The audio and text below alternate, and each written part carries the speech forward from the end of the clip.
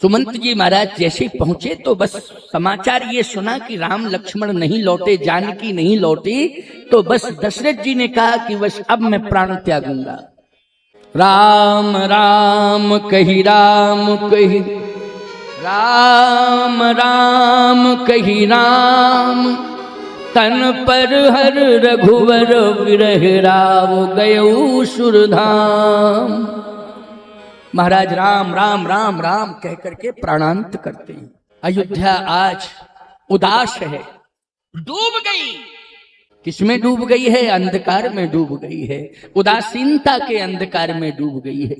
आपको एक बात बता रहा हूं, जब अज्ञान होता है तो उस अज्ञान के अंधकार को दूर गुरु करता है, अपने ज्ञान के माध्यम से करता है कि नहीं गुरु? लेकिन आपको सत्य बता रहे हैं, ऐसी कंडीशन आ गई अयोध्या में कि गुरु खुद ही नहीं संभल पा रहा है, वह डूबने जा रहा है। वशिष्ठ जी महाराज वो भी खुद ही डूबने जा रहे हैं। बड़ी विषम समस्या है, बहुत ही जटिल समस्या है। यानी इसका अर्थ है कि गुरु कह रहा है मैं किम कर्तव्य विमूढ़ हूं, अब मेरी बुद्धि काम नहीं कर रही है, अब मैं क्या करूं क्या ना करूं। फिर क्या सोचा? कहे अब दशरथ जी का शरीर जो है शांत हो गया, ये पार्थिव शरीर पड़ा हुआ है, अब तो भरत को बुलाया जाए। किसको बुलाया जाए? भरत को।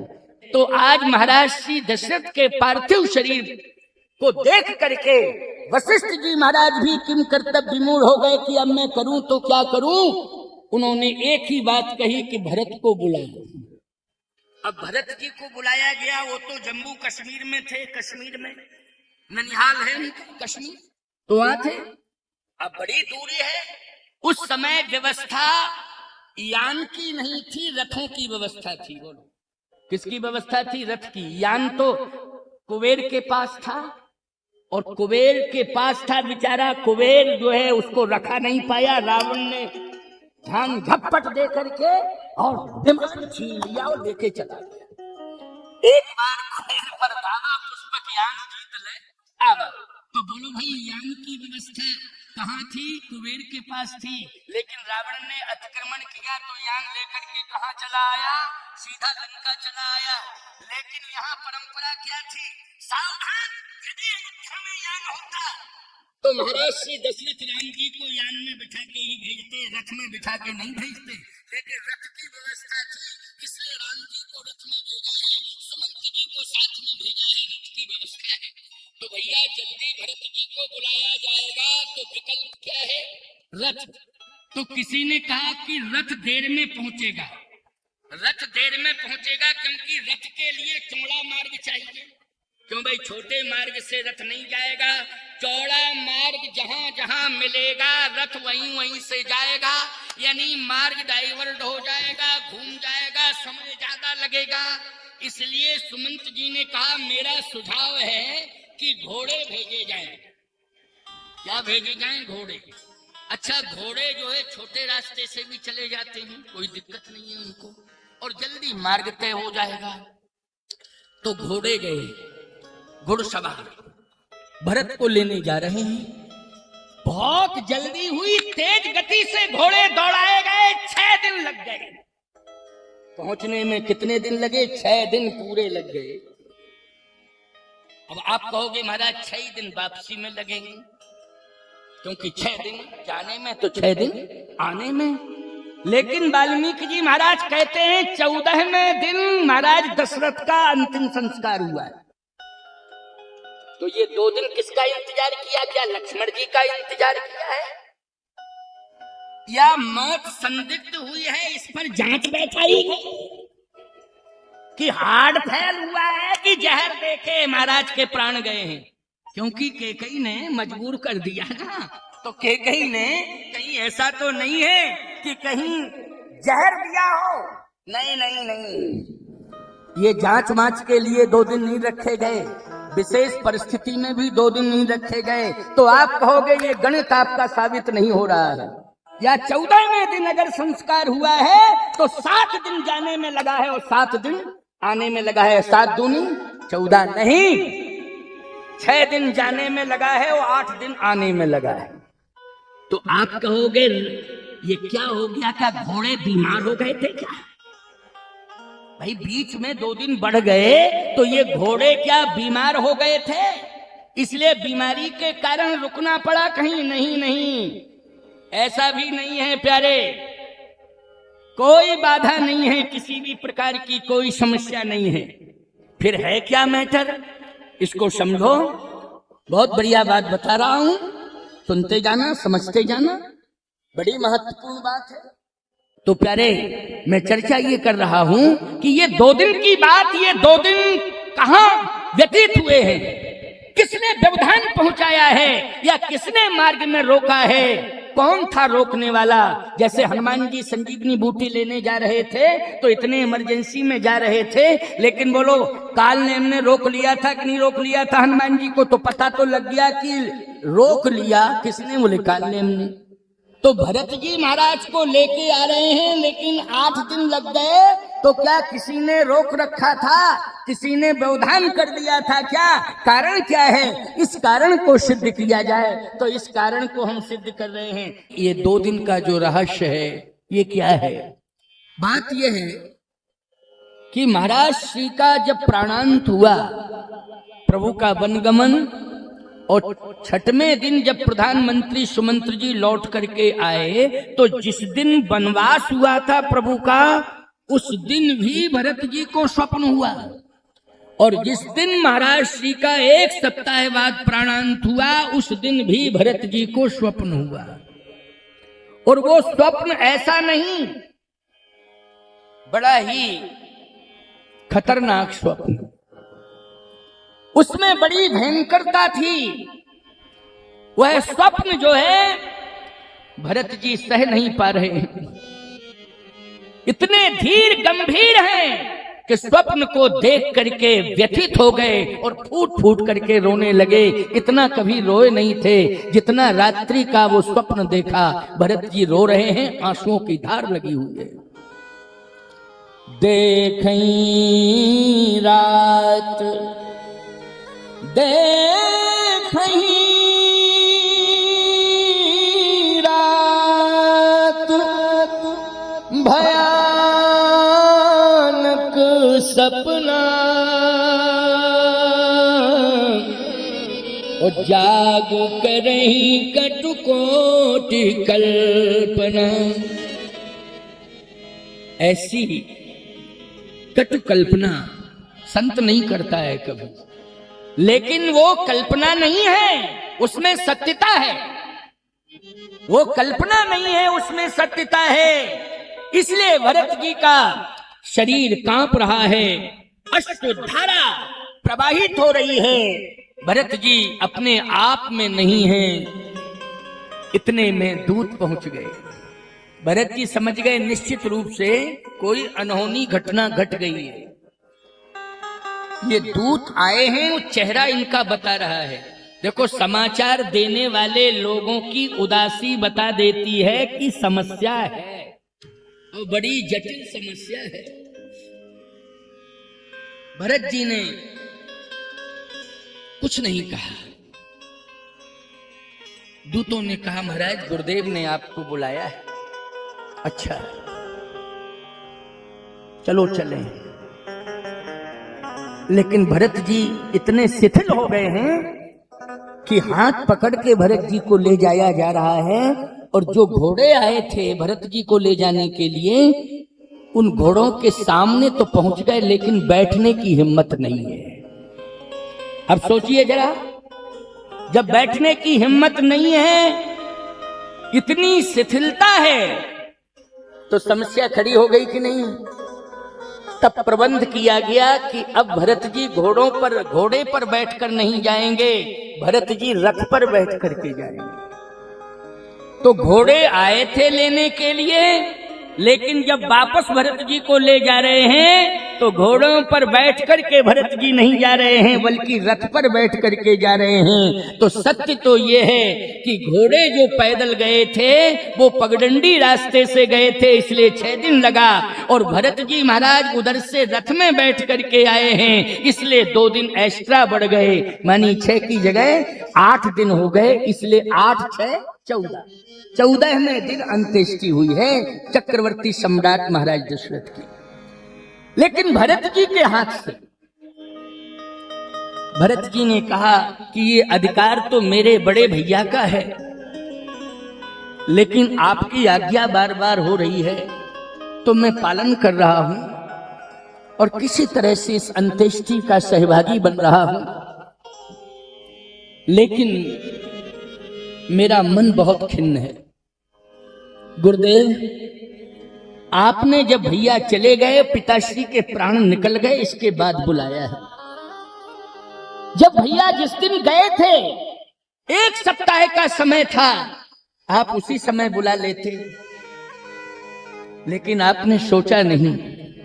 जब पिताश्री के प्राण चले गए, इसके बाद आपने सूचना पहुंचाई।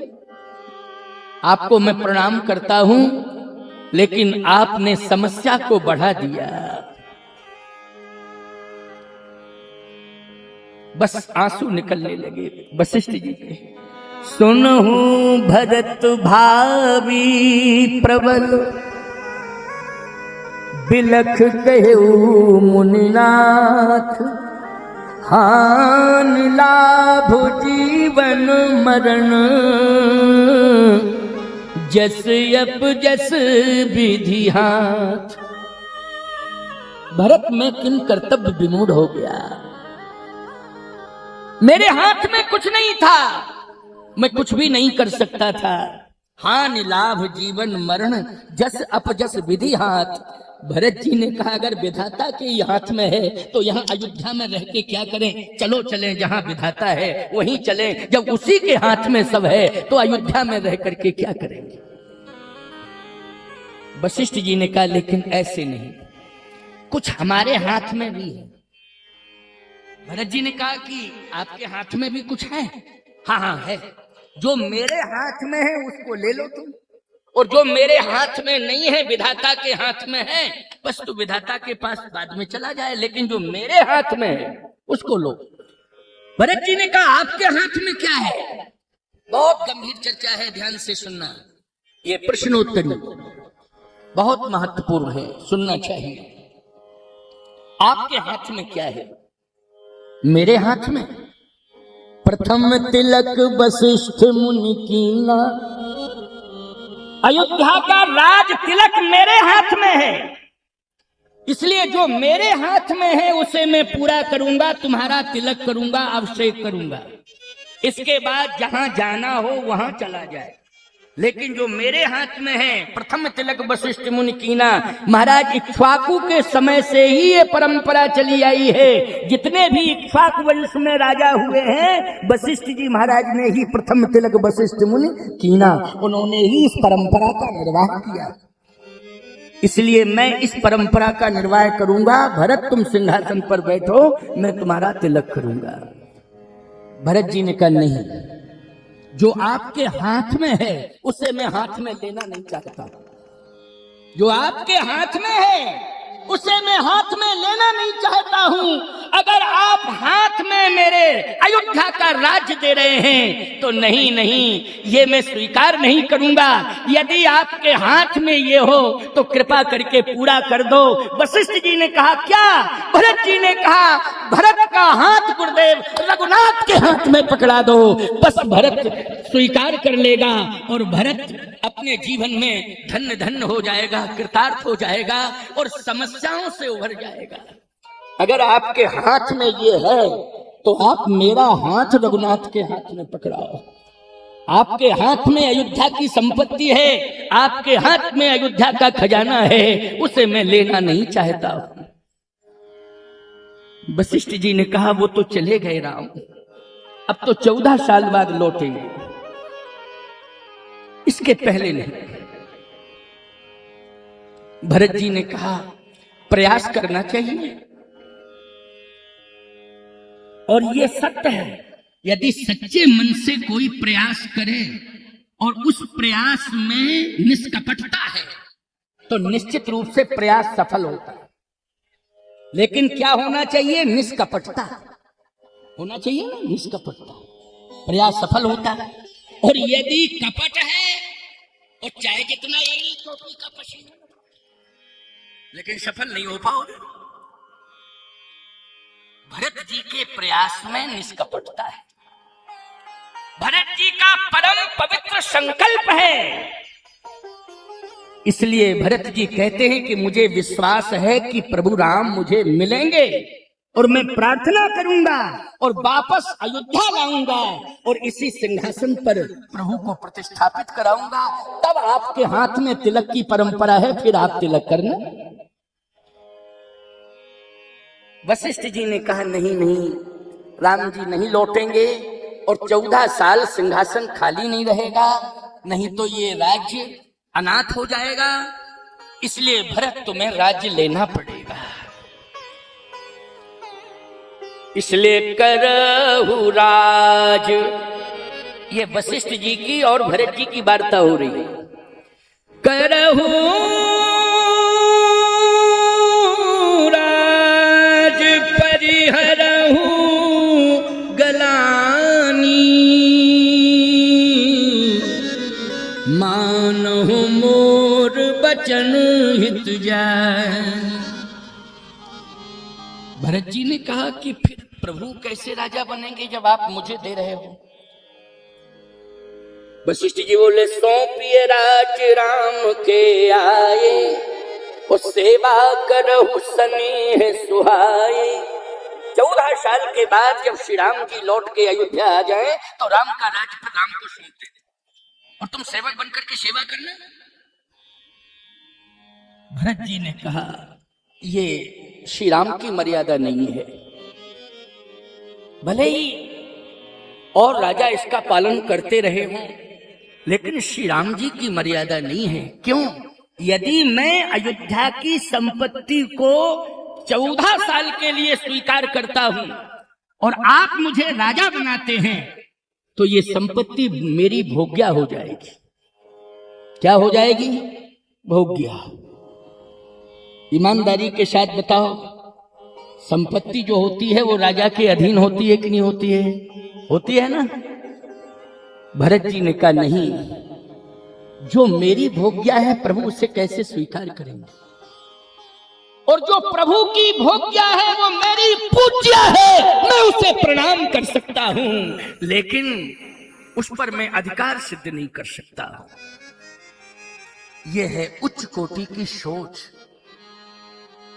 बोलो भाई, ये यहां तक तो मति वशिष्ठ जी महाराज की भी नहीं पहुंच रही थी जो भरत जी सोच रहे हैं। इसलिए ये प्रभु की है, प्रभु की रहेगी, और प्रभु के बाद केवल सिर्फ प्रभु का ही नाम रह जाएगा अयोध्या में। इसलिए बोलो, अयोध्या राम के नाम से ही जानी जाती है कि नहीं जानी जाती? बोलो, राम जी के बाद भी दोई सुत सुंदर सीता जाए, लव कुश वेद पुराणन गाए, दोई दोई सुत सब भ्रातन केरे, भय रूप गुणशील घनेरे। लेकिन बोलो, क्या लव कुश के नाम से अयोध्या जानी जाती है? बोलो, जानी जाती हो तो बताओ, किसके नाम से जानी जाती है? केवल राम के नाम से। इसलिए गुरुदेव, ये मेरी पूजा है, ये मेरी मां है, मैं इसे प्रणाम करता हूं, हमेशा प्रणाम करता रहूंगा।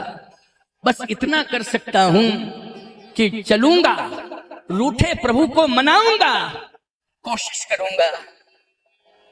वशिष्ठ जी ने कहा यदि नहीं लौटे तो तुम राज्य तो ले लो, फिर बाद में लौटा लाना दे देना। नहीं नहीं, नहीं। मोह राज हट दई हो जब ही, तो रसा रसा तल जई है तो वही। आप जबरदस्ती यदि करेंगे तो ये रसा रसातल जो है तो वही, ये धरती रसातल में चली जाएगी। वशिष्ठ जी ने कहा कि नहीं लौटे राम जी, तब क्या करोगे? भरत जी ने कहा तो एक प्रार्थना करूं, आप थोड़ा मेरा सहयोग करना। देखो यहां वशिष्ठ जी की मति काम नहीं कर रही है, लेकिन जो भी समाधान दे रहे हैं भरत दे रहे हैं, और उसी समाधान से वशिष्ठ जी संतुष्ट हो रहे हैं, उसी समाधान से अंबा कौशल्या संतुष्ट हो रही हैं, और उसी समाधान से प्रधानमंत्री सुमंत जी संतुष्ट हो रहे हैं। धन्य है भरत, भरत तो भरत ही है। भरत जी ने कहा एक निवेदन करूं, यदि आप अन्यथा ना लें तो प्रार्थना कर सकता हूं, मेरे हाथ में तो बस यही है और तो कुछ नहीं। हाँ बोलो बोलो, कोई बात है तो बोलो, आगे बोलो। भरत जी ने कहा कि मैं ये मानता हूं कि अयोध्या वही है जहां प्रभु राम है। बोलो भाई है अयोध्या कि नहीं? जहां प्रभु राम है वही अयोध्या है। अवध तो ही है राम निवास। तो हम और आप इसी अयोध्या को क्यों अयोध्या माने? जहां पर प्रभु राम मिले उसी को हम अयोध्या मान लें। यदि नहीं लौटेंगे वहीं पर राज्य सौंप दिया जाए प्रभु के हाथ में। लेकिन भरत, सामग्री तो अयोध्या में है, सब कुछ तो अयोध्या में है। भरत जी ने कहा कि जो भी राज प्रासाद है उस सबको ले चलें हम, और आप भी चलें, ये मुकुट ले चलें, और पूरी अयोध्या की प्रजा, यदि अनुरोध कर रहा हूं चले, तो प्रजा भी वहीं रहे, संपत्ति भी भगवान के हाथ में हो, और वहीं ये मुकुट उनके सिर पर हो, और उसी को अयोध्या मान लिया जाए, उसी को अयोध्या मान लिया जाए। वशिष्ठ जी ने कहा ठीक है, अगर ऐसा संभव है तो चला जाए। भरत जी ने राज्याभिषेक की जितनी सामग्री थी सबको साथ दिया है। वाल्मीकि रामायण, मुकुट साथ में जा रहा है, राज मुकुट। भगवान राम की पादुकाएं जो प्रभु छोड़ करके गए थे, राम लखन सिय बिन पग पनहि। भरत जी ने यही बात तो कही है, राम लखन सिय बिन पग पनहि, कर मुनि वेश फिरे बन बनहि। यही दुख दाहि दहे नित छाती, ओ भूख न वासर नींद न राती। जब तक प्रभु नहीं मिल जाएंगे ना मैं फल ग्रहण करूंगा ना मैं जल ग्रहण करूंगा, जब तक उनका दर्शन नहीं हो जाएगा। और ये चरण पादुकाएं भी पहन करके नहीं गए भैया, निरावरण चरण। बस भरत जी ने उन पादुकाओं को हाथ में ले लिया। लोग कहते हैं कि भरत जी महाराज को पादुकाएं भगवान ने कहां से दी, जब भगवान पहन के नहीं गए थे। भगवान की पादुकाएं जो अयोध्या में छूट गई थी, भरत जी उन्हीं को लेकर के गए, भगवान ने वही वापस भरत जी को दे दी, जाओ ले जाओ अयोध्या। ये समाधान है। राम लखन सिय बिन पग पनहि, कर मुनि वेश फिरे बन बनहि। यही दुखदाय दहे नित छाती, ओ भूख न बासर नींद न राती। रात्रि में किसी को नींद नहीं आती है और दिन में भूख नहीं लगती है, तो बोलो औषधि लेनी पड़ती है। तो राजवैद्य ने कहा कि औषधि ले लो भरत, नींद भी आ जाएगी और भूख भी लगने लगेगी। भरत जी ने कहा नहीं, क्योंकि रोग हो तो औषधि से दूर हो जाए, ये तो कुरोग है इसलिए औषधि से दूर नहीं होगा, ये तो राम जी के दर्शन से दूर होगा। जब प्रभु का दर्शन होगा तभी ये कुरोग दूर होगा। मिटहि कुरोग राम फिरे आए, जब लौट के प्रभु आ जाएंगे तभी ये कुरोग समाप्त होगा, वरना ये कुरोग है, ये दूर हो ही नहीं सकता। भरत जी महाराज के साथ में गुरुदेव जी, माताएं, पूरे अयोध्या के अबाल वृद्ध नर नारी सब चल रहे प्रभु की तलाश में, प्रभु की तलाश में। गवने भरत पया दई पाए, और जैसे ही भरत जी चलने लगे तो इधर जितने नौजवान थे अयोध्या के, उन्होंने कहा अयोध्या में आग लगा दो, अयोध्या में आग लगाओ, जलाओ इसको, कोई जरूरत नहीं है इस अयोध्या की। अब तो जहां प्रभु होंगे उसी को अयोध्या मानेंगे, वहीं रह जाएंगे, वापस नहीं लौटेंगे इस अयोध्या में। क्या करेंगे इस अयोध्या में लौट के? जरय सुसंपत्ति सदन सुख, संपत्ति को जला दो, भवनों में आग लगा दो। जितने वृद्ध थे अयोध्या के दौड़े दौड़े गए, कहा भरत जी महाराज अयोध्या को बचाओ बचाओ बचाओ बचाओ। क्या हो गया? कहा जितने नौजवान हैं सब कहते हैं भवन में आग लगाओ, संपत्ति में आग लगाओ, जलाओ। भरत जी ने कहा क्यों, आग क्यों लगाई जा रही है? कहे क्या करें, कोई सुनता ही नहीं है, ये जवानी का जोश बोल रहा है, जलाओ जलाओ जलाओ जलाओ मिटाओ। भरत जी ने कहा मैं समझाता हूं आपको, एक बात बताऊं, चाहे जितनी प्रतिकूलता आ जाए और चाहे जितनी विषम परिस्थिति हो, लेकिन रामचरितमानस के इस भरत चरित्र से शिक्षा लो कि कभी संतुलन बिगाड़ना नहीं चाहिए, संतुलन बना करके चलो प्यारे। यहां वशिष्ठ जी महाराज नहीं समझा पा रहे हैं, लेकिन धन्य है भरत, प्रतिकूल वातावरण है लेकिन इतने गंभीर हैं कि उन्होंने धैर्य पूर्वक कहा कि नहीं नहीं अभी यात्रा रोकी जाए, क्योंकि अनर्थ हो जाएगा, नहीं तो आग लग जाएगी अयोध्या में, सब जला देंगे, खाक कर देंगे। बोले यात्रा को रोका जाए अभी। भरत जी ने यात्रा को रोका, नौजवानों से कहा क्यों भाई आग क्यों लगा रहे हो? नौजवानों ने कहा कि जो संपत्ति मेरे प्रभु राम को बन भेज सकती है ऐसी संपत्ति को जला देना चाहिए। जिस भवन का त्याग करके प्रभु राम चले गए हैं ऐसे भवन में आग लगा देना चाहिए। वृद्धों ने कहा कि हमारा ये विचार है कि बना हुआ मिटाया ना जाए, जो बन गया वो बन गया, उसे मिटाया ना जाए, जो बन गया बन गया। लेकिन नौजवानों ने कहा नहीं नहीं, प्रभु को जिसने निकाला है वो माध्यम संपत्ति बनी है, इसलिए मिटाऊंगा, भवन को जलाऊंगा, क्योंकि इस भवन में मेरे राम जी नहीं रह पाए। भरत जी ने कहा ये तुम्हारी भावुकता है लेकिन बिगड़ा हुआ संतुलन है। भावुक होना चाहिए लेकिन संतुलन बिगड़ना नहीं चाहिए। बोलो भाई, भावुक होना अच्छी बात है लेकिन संतुलन को बिगाड़ना अच्छी बात नहीं है। जैसे तुम आरती करो तो अच्छी बात है, लेकिन आरती करने का नियम होता है, उस विधि से आरती करो। इतने भावुक हो जाओ कि तेज आरती करो, आरती की बत्ती महात्मा की दाढ़ी में आ जाए, तो क्या फायदा है ऐसी आरती करने से? बोलो भाई, कम से कम भावुकता में संतुलन मत खो, संतुलन बना के चलो। एक व्यक्ति बहुत भावुक होकर के चरण धो रहा था। उसके पुरोहित ने कहा कि जितने भी कमरे भवन हैं वहां सब में इसको छिड़क दो। उसने सबसे पहले मेरे ऊपर छिड़क दिया। सोचो जरा, विचार करो। भावुक होना चाहिए लेकिन संतुलन नहीं बिगड़ना चाहिए। मंदिर में दर्शन करने जाते हो, कभी भी प्रसाद फेंकना नहीं चाहिए, फूल नहीं फेंकना चाहिए, अक्षत नहीं फेंकना चाहिए। समझ रही हो कि नहीं? तुम ज्यादा करती हो ये सब।